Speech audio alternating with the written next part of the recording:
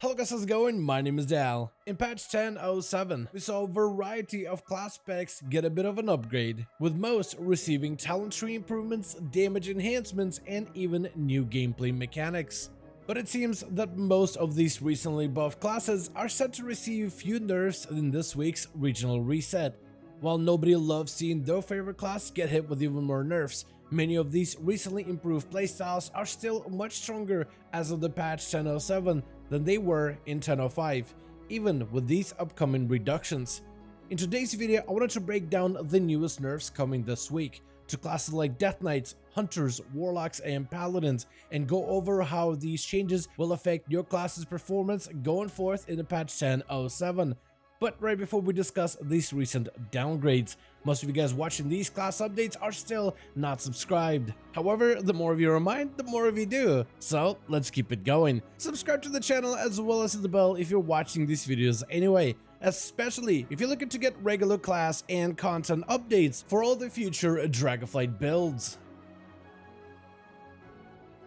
The first class to receive some nerfs in this upcoming reset is the spec of Frost Death Knight, who are seeing the damage of all of their abilities reduced by 3%, a change so small that most wouldn't even notice. Since their talent improvements as of the patch 10.0.7, the spec of Frost has actually seen an increase to the overall performance, which is notable in content like Mythic Raiding, where Frost has been able to compete with some of the stronger DPS classes and slowly started to carve out a place at the top of the raid content. While they are seeing early raid success, it hasn't been able to trickle down into Mythic dungeons just yet, though with time, we could see a shift in Mythic Plus content as well. Next, we see even more nerfs to the recently improved class of Hunter. Before patch 10.0.7, most hunters found it difficult to be competitive in PvE content without the help of a unique weapon from the Vault of the Incarnate's raid, Nelthrax, Enemy of the Sky. The original effect of this bow would increase your auto attack speed by up to 30%, as long as you focused a singular target. This was an obvious increase for both range hunter specs, but much more valuable for beast mastery than marksmanship. The auto attack speed buff was originally intended to apply to just the hunter, while ignoring your bestial companions, though certain pets like dire beasts would be able to gain this weapon's bonus effect, which resulted in a dramatic damage increase in all forms of endgame content. This means that new aspiring hunters had to get their hands on this bow first, which dropped from Razagath, the final boss of the Vault instance, and was generally known as one of the harder bosses of the entire raid. To help bring some power back to the hunter class while reducing this weapon dependence, the bow was significantly nerfed in the patch 10.0.7, with its bonus effect changed so that it didn't function with any of your beasts. But the spec of beast mastery and marksmanship saw big damage gains to help make up the difference since this recent weapon nerf.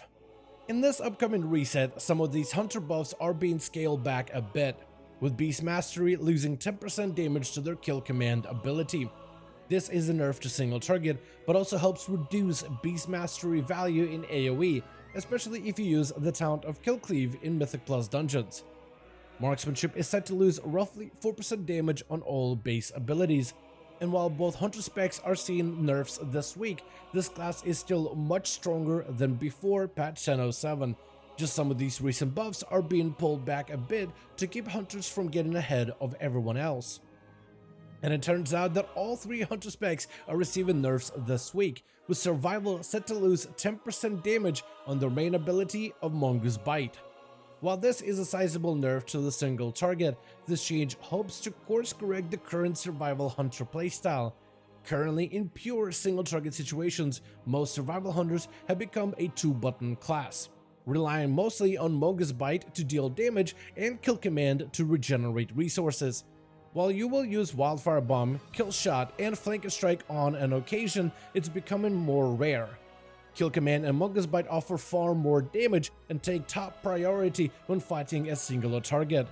This change is likely to help discourage this type of a playstyle and allow survival rotation to gain a bit more variance, though it will likely affect their single target performance in the process. Next, we have the class of Warlock, where we saw all three specs receive massive talent improvements in the patch 10.0.7, which helped remove a few of the underused talents from their class tree, replacing them with useful passive damage increases, as well as buffs to the capstone traits of the Inquisitor's Gaze and Summon Soulkeeper. Both Affliction and Demonology also saw new buffs and talent choices to help increase the overall performance. But this week we're seeing new nerfs to the class of Warlock, which helps pull back on some of those recently implemented improvements. First, Grimoire of Sacrifice is set to receive some nerfs this week. When using the talents of Wrathful Minion and Demonic Inspiration together with Grimoire of Sacrifice, both of these talents change from buffing your pet to buffing the Warlock's Grimoire ability, increasing it by 15% each.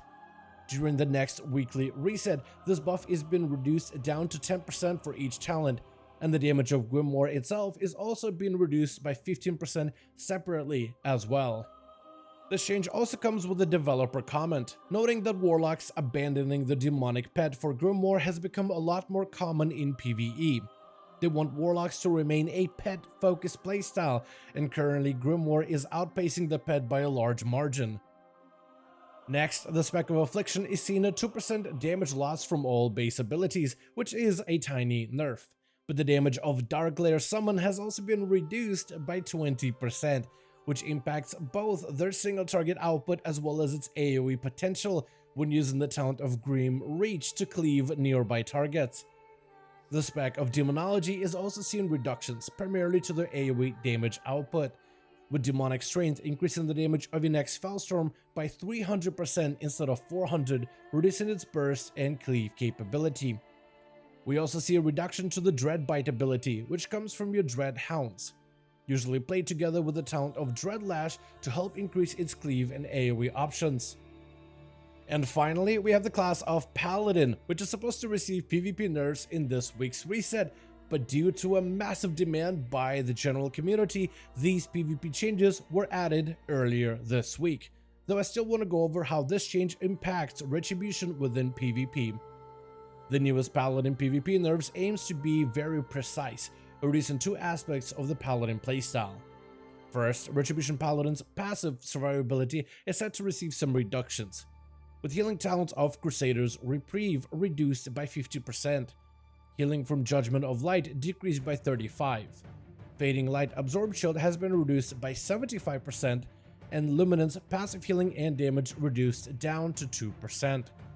While all of these nerfs combined together will result in Paladins losing passive survivability, their active defensive kit has massively improved in 10.0.7, where the spec can now use both the Shield of Vengeance to absorb damage and Divine Protection, which is usable while stunned to help dampen all damage taken. Paladin's active healing from talents like Light's Celerity, Guided Prayer, and Healing Hands remains the same, and the spec is still bolstered by Sanctified Plates, which help increase sturdiness in PvP even further. Besides reductions to Paladin's defenses, these nerfs also attempt to address Retribution's burst capabilities, specifically targeting a powerful Paladin combo, where abilities like Justicar's Vengeance Holy Power Spender can be combined with Divine Storm for free, which gains incredible value when combined with other various damage modifiers. First, the damage of Justicar's Vengeance is passively increased against stunned targets, and that damage is being slightly reduced in this recent update. Inquisitor's Ire, which buffs the damage of Divine Storm as part of your two-part combo, is also being reduced by 40%. Divine Arbiter's damage proc, which unleashes itself after using a Holy Power Spender, is being reduced by 25%. Vanguard of Justice, which increases spender damage, also being reduced by 25%. Finally, Avenging Wrath's PvP modifier has been corrected, where Wings helps increase your damage and healing by 15% instead of the original full value of 20%. All in all, these nerfs target a specific Paladin combo, which uses multiple buffs stacked together to erase other players in a single stun lock. But this nerf is also very specific and does not target some of the powerful Holy Power builders like Templar's Strikes, Upgraded Blades of Justice, Upgraded Judgment, Wake of Ashes, Hammer of Wrath Guaranteed Crits, or Final Reckoning and Execution Sentence talent nodes, which still allows Paladins a powerful sustain and burst combinations, just not at the level of one-shotting other players in a singular stun lock. And for now, that's going to be the full list of class changes hitting this week over to the live Dragonflight realms. I want to thank you all so much for watching this video, and I do hope you guys enjoyed. Let me know your thoughts in the comments below. Do you think some of these nerfs are justified and are more tame than expected, or do you think that this could be the detrimental nail in the coffin for some of these playstyles? Let me know all your thoughts in the comments below. As per usual, if you guys enjoyed this video or found it informative, go ahead and give it a thumbs up. I would very much appreciate it. And as always, in the description of every single live stream and video, we have a link to our Discord community channel. Probably the best place to reach out to me directly in case you want to let me know what you thought about this video, or discuss with the other members of the community what you think about the upcoming changes. Join our Discord to become part of the community. But otherwise, thank you guys so much for watching. I do hope you guys enjoyed. Let me know your thoughts, and as always, I'll see all of you guys in another video.